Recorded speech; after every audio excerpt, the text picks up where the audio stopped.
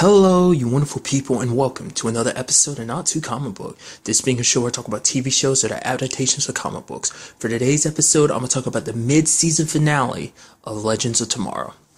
So a very interesting episode where we have the team going back to 1927 Chicago with Al Capone, which is very interesting. Which I will note about the whole opening. I like the fact that Darhk and Eobard are talking to him and talking to Al Capone and everything, and they're like, he's like, okay, they're like, okay, so which one of us should do with it? And Eobard's like, okay, I'll take this, and zip, takes care of it and like comes back in position. This one, it's like, you're such a damn show off, Eobard, and I love it. It's just like, it's just because like, speedsters make it look so easy. Because I would wonder, because in a situation like that, it does make you wonder how Darhk would have handled that situation against guns. But it's like, okay, you do you, I guess.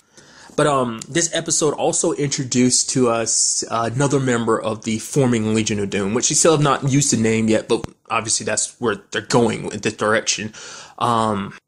I think I brought that up in one of the Arrow episodes. I don't even it might have been Legends, but I think it was like more so like one of the past Arrow episodes I was talking about. The fact is that Malcolm hadn't popped up yet. And I was like, oh, right. He's supposed to be one of the upcoming villains for that whole situation. I mean, the whole situation is very interesting, like understanding, it kind of makes sense why he's on that whole team's side, because basically he's trying to change his past. Essentially, because later on he tries to get Sarah to kind of do the same thing. It's like, hey, you can join my side. I mean, like, the fact is, I'm literally the reason why everything in your life happened. I'm the reason why the queenship that you were on with Oliver happened. Everything that happened with the Slade, the League, all of it happened because of me, even you dying. So I could erase that. Basically, things would be different. You and Laurel's life would be different. You could be together, go off and meet somebody, have a happy life. I mean, and Laurel kind of counters it. It's like, oh yeah, but because it also means changing the past so that you can end up getting your son back, because, you know, you inadvertently killed him, you know, because, well, yeah. And it kind of go, when you look at it in retrospect, it's kind of like, it would make sense that that's what he would do. I mean, I guess you could also argue, if he goes back in time, he can change a lot of stuff. Like his whole plan in season 1 could go off without a hitch, because he makes it so that Oliver never went to the islands to get the training he did to become the vigilante that kind of oppose him in the first place. So things would have gone off without a hitch.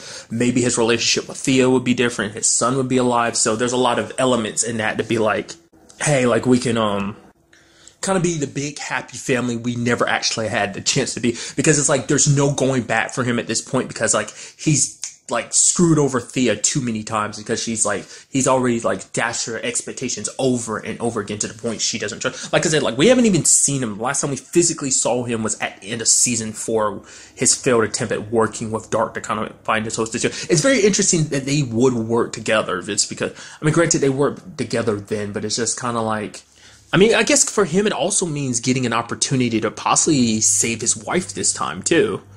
But you know, now that I'm thinking about it, maybe the episode I'm thinking about where I talked about him might have been in the crossover episode, since he was kind of in that episode, kind of standing in a way. But nevertheless, well, he was also there for, you know, just as a, you know, quote unquote, in a friend type of way towards the queens, as well as obviously being there for Thea without, you know, in this world, she doesn't know about him. In that fictional world, she didn't know about him being her dad. Nevertheless, but you had that whole situation is one of the reasons why Sarah turned him down. There's 3 reasons. One is because obviously she talked about Martin, because Martin's kind of been the biggest like advocate for like, hey, let's not change the timeline. We have a duty to keep things in line. You know, it's because of Martin is one big reason why she turned it down. 2, she knows about Flashpoint. She knows the consequences. She sees what Barry's going through because of what he changed, and just the ramifications of just how drastically it's something as simple as saving his parents, how drastically, you know, reversing that, trying to fix that, exploded into something unimaginable, having so many large consequences. Because the fact of the matter is, I don't know if Malcolm actually knows about Flashpoint's existence. I mean, you would think, because I'm pretty sure that the Eobard that's working with them is the Eobard that came back with Barry from Flashpoint. Maybe it is, maybe it's not, because that's the hard thing to track in this whole situation. Like, what point in Eobard's timeline is this whole thing happening? Like I said, just because of the whole, you know, lineup of the shows and everything, it does make you think it might be the Flashpoint in him. And then also 3, the point I was going, a reason why she turned it down is because she was already presented that opportunity in the crossover, that whole fake world, she had her sister back, she was happy, but the fact of the matter is it wasn't real. And it's like, even if the reality, this world is a nightmare, it doesn't change the fact is that this is her world, this is where everyone she cares about is in, and it's like, because she knows she would give anything to have her sister back, but the fact of the matter is the price would be too heavy. And she's even trying to tell Malcolm that it's like, changing history isn't going to be easy. It's like, there will be consequences, like, there will be a price to pay for doing what you're doing. Like, she didn't give an example, but it's like, Barry is the perfect example of, like, you know, changing stuff, having drastic effects, not only on you, but on everyone else. I mean, who's to say, like, anything Malcolm changes will work out for the best? I mean, who's to say it won't screw him over, and instead of Tommy dying, that maybe in this timeline, Thea dies too. So, and there was that whole situation where Eobard switched places with Martin, and I didn't even realize what it was until he was like, yeah, this device, it won't kill you, but it's gonna hurt like hell, essentially. And he starts using it. I was like, oh man, is that some torturing device? I was like, he could have gone about different ways. I mean, he could have threatened him with like the phasing hand or something, but I was like, why? I mean, really, that really wouldn't work in that sense, because that's more of like a instant kill type of technique, so it wouldn't really work for torture. So I was like, huh. And then Martin's all weakened when they rescue him, and he's back on the ship and everything. I was like, oh, this is part of the plan and everything. I was like, oh. And it clicked in my head. I was like, oh my God, he's impersonating Martin. I was like, it didn't click in my head because we've seen the device like one time, and that was back when when we kind of got to see his side of things when he impersonated Earth One Wells. So that's like the only time we've ever seen the device. So I completely forgot what it looked like. And it's like, right, that's the same thing. That's what he meant, because originally when he used it on Wells, it ended up instantly killing him. That's why he was talking about he turned down the power for it so it wouldn't kill Martin. I was like, dude, it just clicked in my head. Because that's another thing too. I didn't think about it until this episode, because like even Martin was like, oh, do I know you or something? It's like, okay, obviously you don't know. Because it's like, literally the only person that knows about Eobard's real identity is Barry.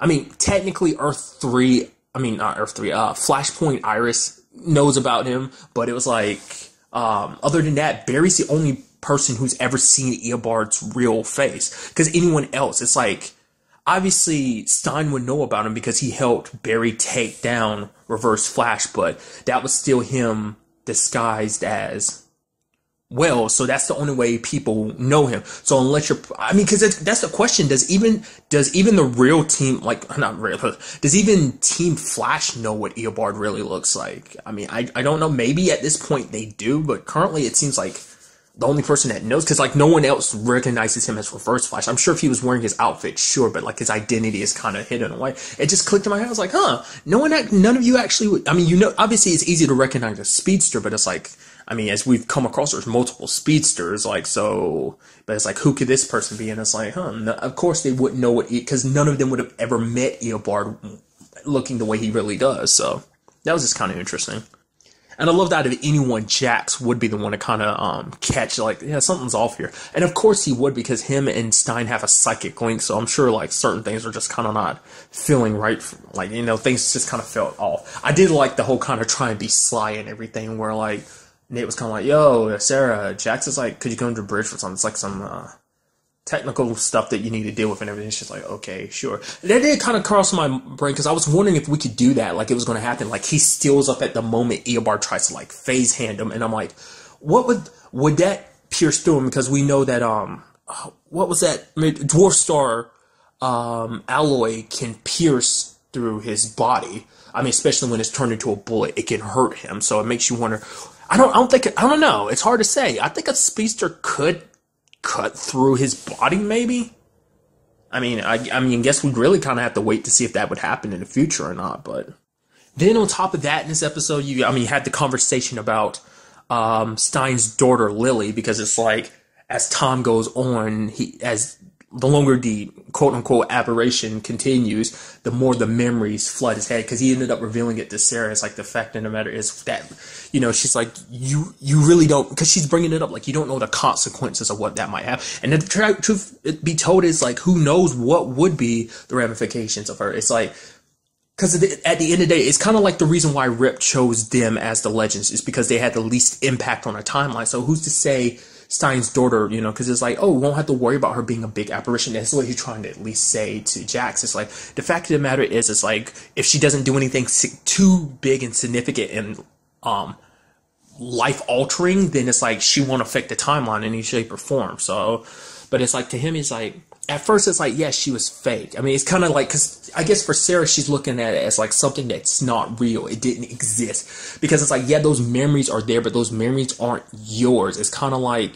because that's the whole thing in question of like how time works in a situation like that. Even though he's not present there, those memories and time warped around him to make it seem like that happened. So is it like in a shape or form, is history written in a form of like, hey, there was another, like a after image of you there living your life to obtain those memories, and then it's like that version of you catches up with who you are in the present. Like, I am question, like, I'm curious how that all works like that. Like, you're not there to have those memories, but he does, which is what, you know, Sarah's trying to tell him. It's like, those memories aren't really yours, they're fake, because it's like she wasn't there before. But he's like, the fact of the matter is he loves her now. Like, he like that father instinct with everything that's happened, it kind of immediately kicked in. Because you could, like, playing devil's advocate, it's like, okay, you've literally known her for like, how much time do you actually spend together throughout the entire crossover? You've known each other maybe a couple hours. Yes, you've known her probably at this point 20 plus years, but that still doesn't change the fact that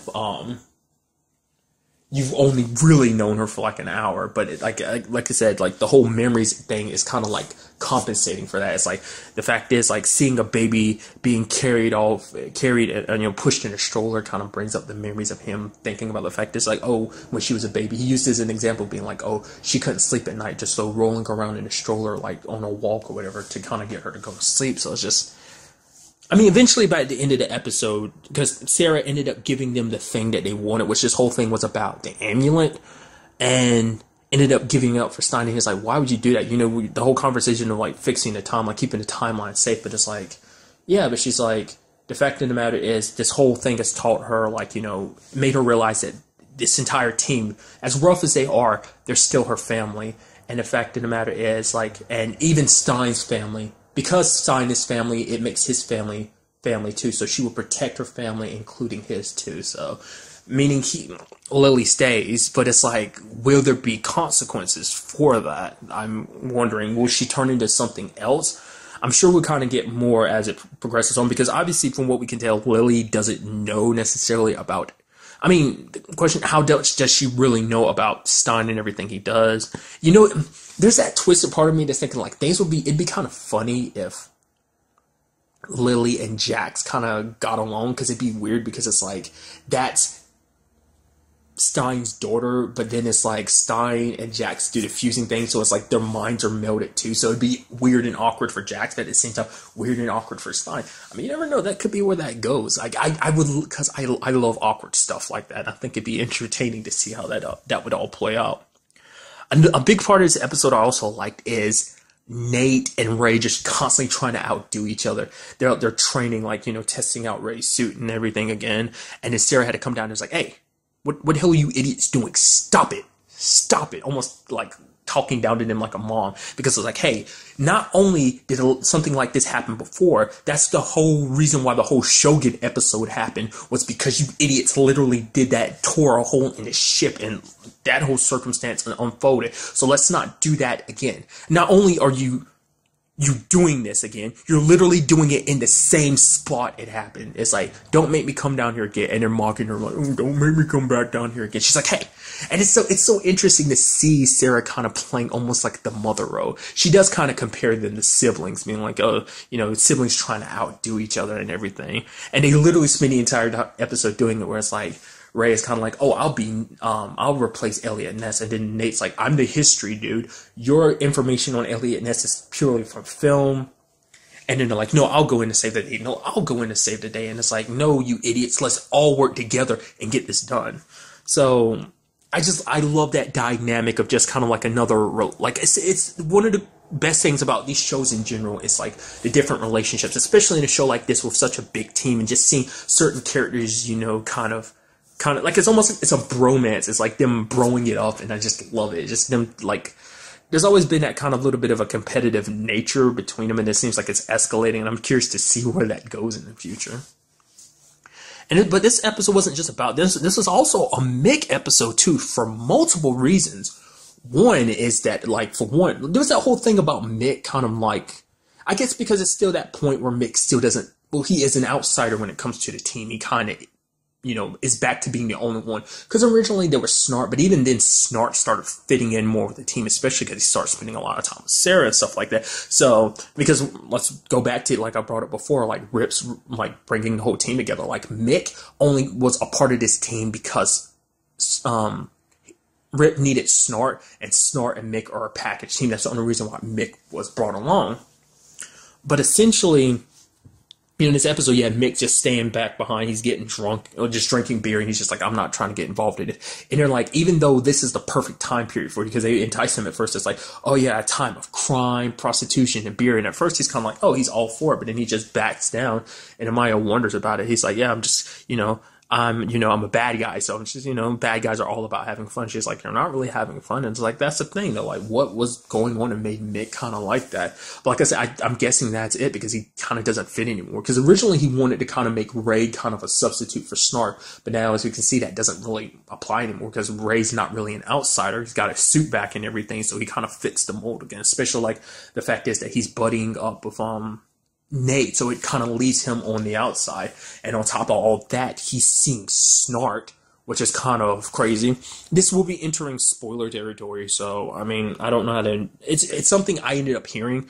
Apparently, Snart is supposed to be coming back, because I'm bringing this up because it might be relevant to what's happening with Mick, that it's more than just, all in his head, which it seems like in this episode, just because Amaya didn't see him, that maybe this is all in his head, or maybe the Snart in his head is trying to play with him, and it's actually the real Snart, because he's basically bringing up all this stuff that's like, oh, this happened to me and stuff like that, and it's like, oh, you're trying to play the good role. It's like, no, you're a bad guy, you're a thief, don't let them try and change you, like, don't go, because he's getting all close to Amaya in this episode and everything too, and he's like, don't, yes, she's pretty and everything, but don't let her drag you down, because it's like, she's on a path of, sacrificing herself to try and take down the speedster that hurt the person she cares about, Rex. And so it's like, he's like, take it from me, like, sacrificing yourself won't get you anywhere. It doesn't do anything. And he's like, if you kind of go down this road, where do you think it's going to lead? And he's like, because that speedster almost killed you. He's like, well, what do you think was going to happen? He's like, I was going to end up dead like you. So it makes you wonder, is that why Mick is playing the good guy role? Because maybe in his mind, he doesn't have anything worth living for, that at the end of the day, if he dies, oh well, like, if he's not leaving anything behind, no one really cares about him. So for him, it's all about, hey, like, I get to be alone with, like, my only other friend. That's kind of how I'm chalking it up in this episode. I mean, that's how I'm looking at it. But the thing is, like, what I'm saying is maybe the person that's in his head isn't like a fake Snart, because that's what, I mean, based on everything, like I said, Snart joining him, you can obviously say that they're getting Snart from an earlier point in the time period where he doesn't know about this. Well, maybe that's what it is. Maybe they informed him about his future. And the fact is, because Snart in the past is very different from the Snart that ended up sacrificing himself at the end of the season. I mean, not at the end of the season, but last season, is because he became like that because of his experiences on Legends of Tomorrow. But if you take Snart, maybe a Snart, even the Snart before he met Barry, even learned about Barry's identity, because even that Snart is very different from, probably Snart further in the past. Like, you take looking at the Flash, like, if you take Snart from the Mirror Master episode, like, from, like, when it was showing you at the beginning, kind of like the past, like, to the Rogues, that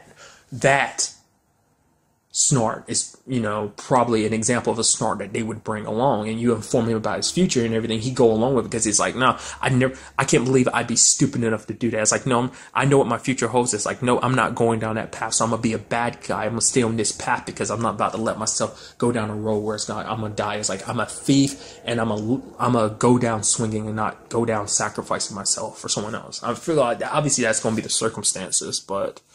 So, like, to me, that's what this seems like it is. I mean, not unless it's just something else entirely. Like there is kind of like something wrong with Mick's head. I mean, he has been kind of mentally messed with before, had his head messed with the whole Chronos thing. So maybe this could be ramifications for that. He was kind of like, the brainwashing was kind of reversed to a certain extent. Really, it was never really reversed. It was more so that he kind of talked him out of it. So that whole brainwashing thing is still there. But who's to say the effects of it might not have only just kicked in until now. So I mean, that's just something we'll kind of have to wait till like the show comes back to kind of get some answers to that. Which apparently the show, it's switching days. It's no longer going to be on Thursdays. Apparently it's going to be on Tuesday nights with The Flash. So that's going to be weird because it's going to be doubling up. Like, so far, you know, all the shows have always been on their own nights. Flash on Tuesday, Arrow on Wednesday, Legends on Thursday. That's kind of how it worked last season. Even though it was on CBS, even Supergirl was on Monday. So it's going to be weird seeing them kind of double up on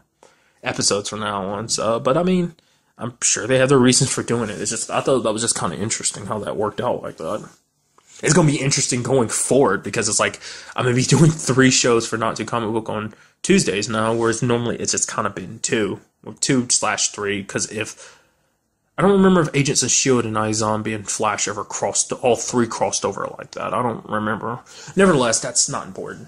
What we do have, like, there was this whole thing too, about Eobard, is the fact is that he, had this watch. It's the reason why he didn't kill Amaya. He's like, oh, you're a lucky girl, and he left.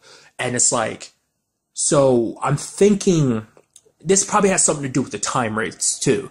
Like Eobard can, because he's like, oh, it's time to get moving on to a different time. So I'm guessing like there's a certain amount of time Eobard has before the time rates are able to catch up with him. Just kind of like the trail he leads. Like eventually the time rates will kind of track it down and follow him, or maybe specifically like there's a certain schedule he has to follow. He has to be like, this is.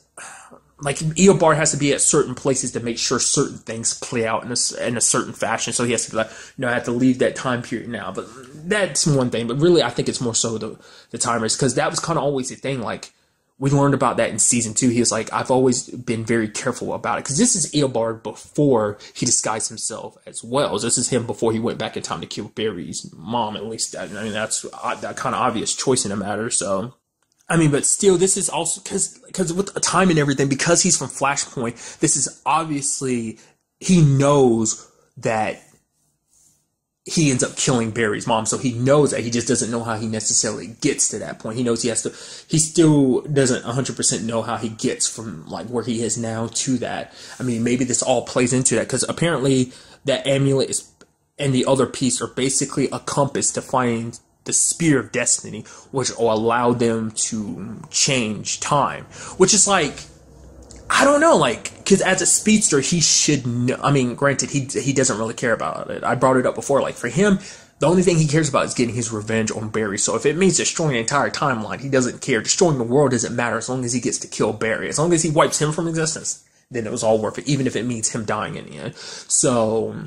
because it's like, he knows Flashpoint is a thing. The thing is, does Darhk and Malcolm know about that? Because I'm sure that would change their perspective, because it's like, things don't always work in your favor. But I mean, when you look at it, arguably, you could, playing devil's advocate, you could argue things didn't work out necessarily terrible for Barry. I mean, it kind of worked out for him in the long run, even though he changed things back from Flashpoint.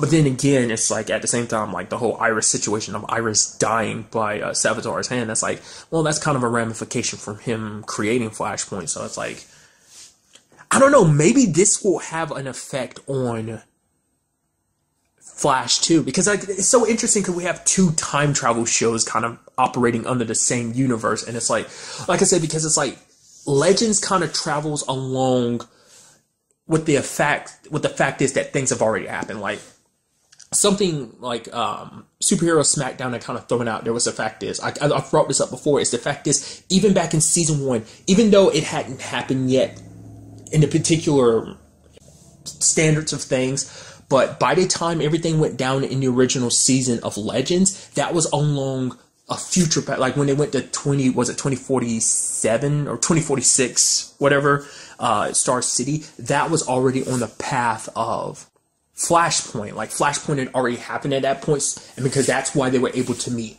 John in the future and not Sarah. Why John had a son, John Jr., not Sarah. So that type of thing. So it's like, could the Spear of Destiny help Barry change everything? Stop himself from ever creating Flashpoint, because that's the question though, like, could Barry ever reverse it? Like, I mean, it seems like he's kind of stuck in his timeline, but could he ever reverse it? I mean, the question is, would he want to?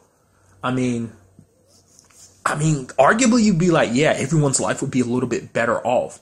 Not a little bit, a lot better off if he kind of undid everything that he did by creating Flashpoint. But at the same time, it's like, because that would also be doing what he did before. Like, he tampered with other people's lives. And it's like, these are their lives now. And yes, things, are better. But maybe for some people, him creating Flashpoint, it worked out better for them than it did to others. I mean, I guess you could look at it, arguably say, like, it worked out for Savitar possibly because he didn't pop up until this whole Flashpoint thing happened. So, I don't know. It's just kind of interesting. It's like, I'm sure, obviously all the shows are going to affect each other, especially because they all kind of, I mean, specifically Flash, Arrow, and Legends, because they all take place on Earth 1. But I'm sure there's still going to be some effects. I mean, well, not really, because it's like, Flashpoint doesn't affect Supergirl, so it won't affect, I mean, I'm sure, like, any crossover stuff it will affect in that regard.